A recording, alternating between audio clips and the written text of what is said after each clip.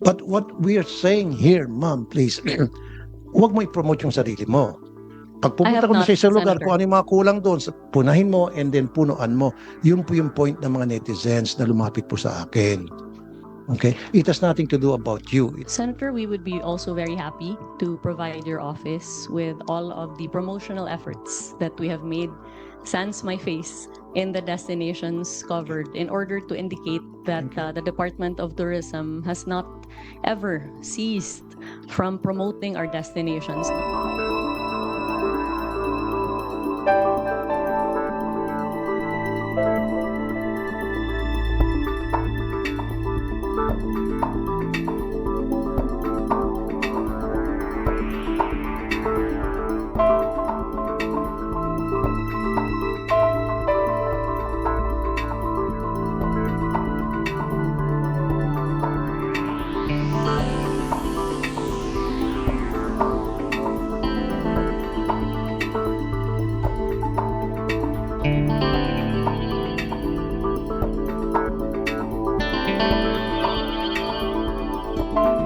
The accusation is that I'm very visible because I wish to promote myself.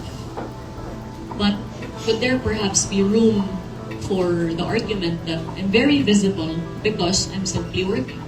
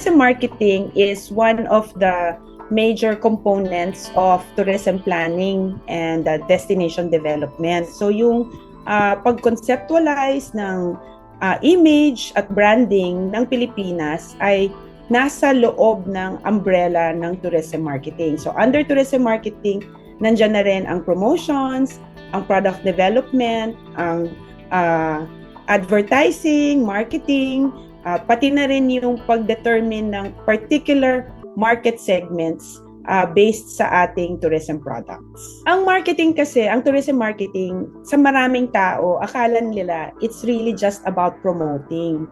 Hindi. Ang tourism marketing, kapaloob ng tourism marketing, ang mga aspeto ng product development, ng planning, ng pricing.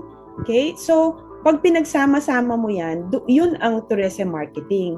At minsan, ang challenge namin as tourism marketers is a deficient product.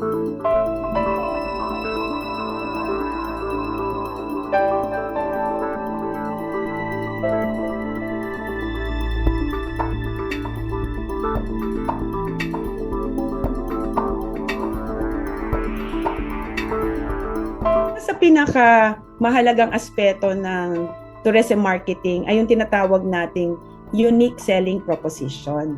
Yung unique selling proposition ay isang bagay na mapapangatawanan natin na sa atin mismo, taal siya sa pagiging Pilipino, at kung darating ang dayuhan, ang sasabihin ng ating mga turista, yung recall, pinaka-importanting aspeto ng tourism marketing.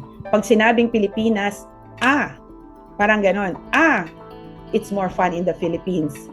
Papalakpak tayo at pagdating nila dito, oo nga, it's more fun in the Philippines. Bakit ka pumuntang Pilipinas? Kasi it's more fun there. Bakit ka pumuntang Pilipinas? Ngayon, love the Philippines. Okay, so nagkakaroon tayo ng disconnect. Ano na nga ba tayo? Tayo mismo, hindi natin masabi sa ating mga bisita kung sino at ano tayo.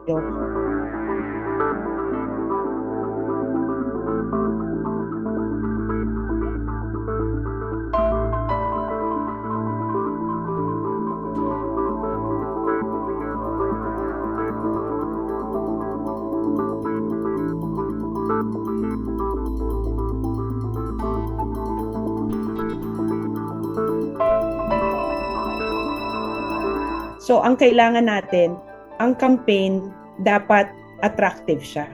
Dapat maaalala siya. Dapat unique siya. Okay? Dapat din authentic siya. No? It is a reflection of the true identity of the Philippines.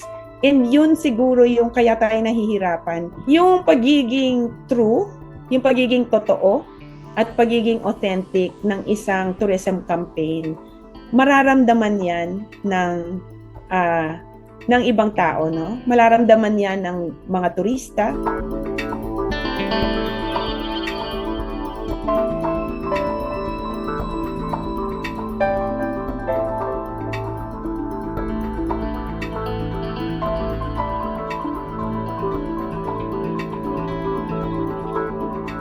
Stories sell. And kung wala tayong maipapakitang storya, then hindi nila ma-embrace kung ano ba talaga yung magiging experience ng ating mga turista kapag nandito sila sa Pilipinas. Yung pagiging satisfied ng isang turista ay importanteng input yon sa ating tourism campaign.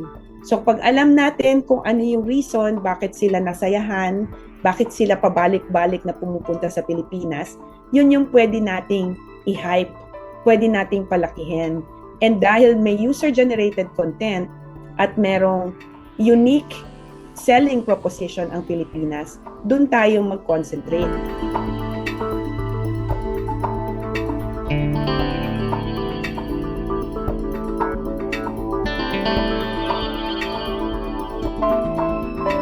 Alisin natin yung mga personal na interest.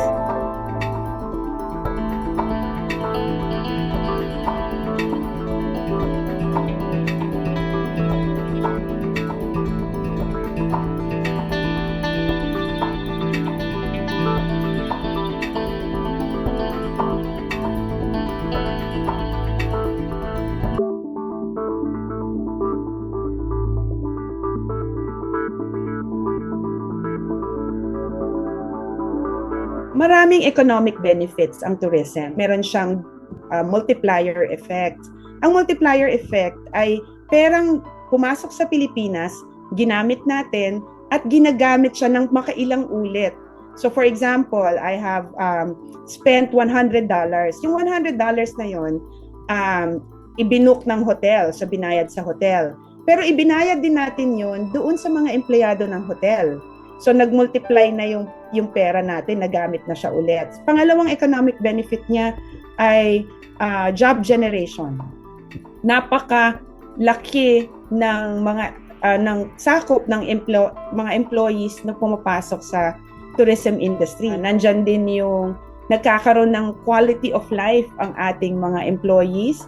Nakikita natin yung benepisyo ng tourism development sa isang destination dahil kapag gumawa ng tourism roads at gumawa ng mga tourist attractions, pati yung local community nakikinabang dito. Doon nagkakaroon ng mga small and medium enterprises na pag-aari ng mga Pilipino.